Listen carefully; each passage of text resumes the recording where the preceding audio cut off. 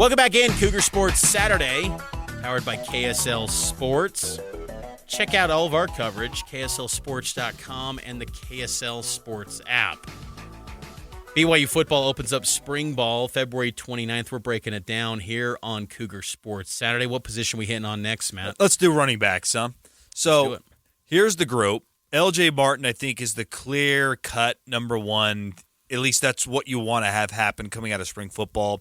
You retain Miles Davis. Hinckley Ropati back from injury. Enoch Nawahine. Nukaluve Hilu. Are we missing anyone? Jovesa Damuni, who's back from a mission, and then Pokayawa Honga. He comes back from a mission. He's in the mix for spring ball as well. How do you feel about that group? I think it's thin. Yeah. And I think that there's potential. There's guys that I like. You know, it's a mixed bag because I like the potential of Nukaluve Hilu. I like the potential of Hinckley Ropati, Jovesa Damuni, Pokayana Honga, and LJ Martin. I like all their potential. I just feel like you're in a year where you would like to have just some proven commodity that's the clear-cut RB1, and that's why I think Aiden Robbins going to the NFL was a loss for this team. And, you know, even Aaron Roderick's pointed that, you know, he was the one guy that they really lost that they wanted to retain.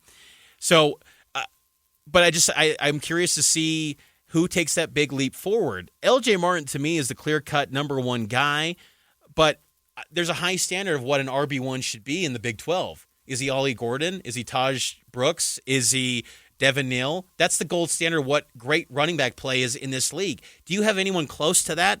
I don't think so right now. Right. Maybe LJ Martin can become that guy. I love LJ Martin. I think he's got a ton of ability, but I think there's a lot of room to grow, and I feel like this is an area where you got to hit the portal, I believe. It's hard to say. I see your point, and yet I also am very interested in a larger sample size of a Miles Davis and a Hinckley Ropati, who at moments in their careers have proven to be someone that can put up 100 yards in a game. And Ropati at the end of the 2022 season was a difference maker against Boise State and Stanford at the end of that year. And yes. Miles Davis was it earlier in 2022 against Wyoming, was it Utah State that he got hurt? I'm trying to remember off the top of my head. It was, and even last year against Cincinnati, Kalani Sitake's like, this guy can be a factor for us on a weekly basis. I'm not opposed to seeing what these guys can do in a larger role. However, it is a big risk to your point because it is a very important year for BYU. They've got to get back to a bowl game. They've got to show that they're on an upward trend, especially with Utah joining the conference. Let's call it what it is. Now that Utah's back, there's going to be a constant competition between those two schools to be better in the Big 12. Yep. And you don't have time necessarily to see what some of these guys can do. In a perfect world, you would. In the old college football worlds, you'd keep this and you'd develop it. Oh yeah. It's just, can you do that? Hard to say, but to your point, I like LJ, Miles, Hinckley. We don't know anything about Nawahine and Hilu. There's good potential there, but they haven't shown it, whereas the other three have shown it against decent competition. I would say, too, with running backs, I do feel like we're experiencing maybe a pivot in college football. Think about the national champion, Michigan. Run-based, physical offensive line. That can work in today's college football. Maybe we see teams adopt that more. We're seeing it already in the Big 12.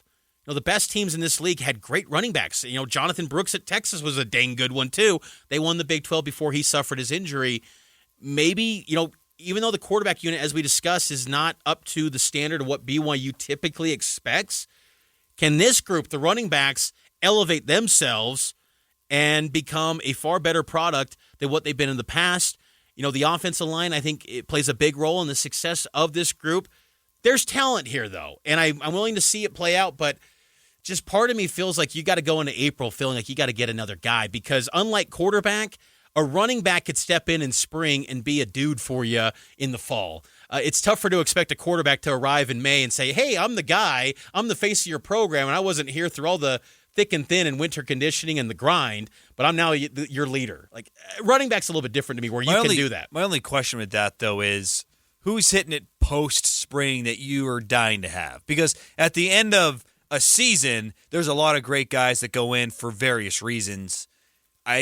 Do all those same reasons apply to the group coming out of spring where they didn't win a job or they're unhappy with their situation? Do you want any of those guys? Yeah, I think that in a similar situation to like Tyson Williams, where it was just they laid out, you're going to be RB by committee. And some coaches will say, hey, you're going to be RB 1C. And some guys might hear that. And so they want to be a bigger workload. And does BYU, are they able to offer a massive Tyler Algier workload? Probably not. But they could show a track record of successful RB transfers. I mean, BYU has got guys to where they're making check or receiving checks after their days at BYU. Tyson Williams, Chris Brooks, Tyler Algier was a homegrown guy, but I bet Aiden Robinson's going to get an undrafted free agent deal or 7th-round opportunity.